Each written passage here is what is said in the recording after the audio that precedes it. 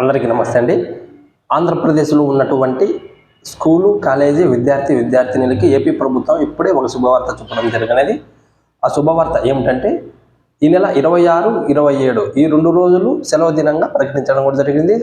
Government నుంచి update కూడా రావడం జరిగింది. అంటే అఫీషియల్గా ఒక జీవోను కూడా విడుదల చేయడం జరిగినది. ఆ జీవో ప్రకారం 26న మహాశివరాత్రి కానుకగా, అలాగే 27న ఆంధ్రప్రదేశ్లో 2 గ్రాడ్యుయేట్ అలాగే 2 టీచర్ ఎమ్మెల్సీ పోస్టులకు పదవులకు ఎన్నికలు నిర్వహిస్తున్న కారణంగా ఆ 2 రోజులు ఏపీలోనే స్కూలు, కాలేజీ విద్యార్థినులకు సెలవు దినంగా ప్రకటించడం జరిగినది. 26న మహాశివరాత్రి కారణంగా, అలాగే 27న ఈ పోలింగ్ సందర్భంగా ఈ 2 గ్రాడ్యుయేట్ అలాగే 2 టీచర్ ఎమ్మెల్సీలకు ఎన్నికలు ఉన్న కారణంగా ఏపీ ప్రభుత్వం ఆ 2 రోజులు అంటే ఫిబ్రవరి 26, 27న సెలవు దినంగా ఏపీలో ఉన్నటువంటి విద్యార్థినులకు, స్కూలు విద్యార్థినులకు ఒక మంచి శుభవార్త చెప్పడం జరిగినది.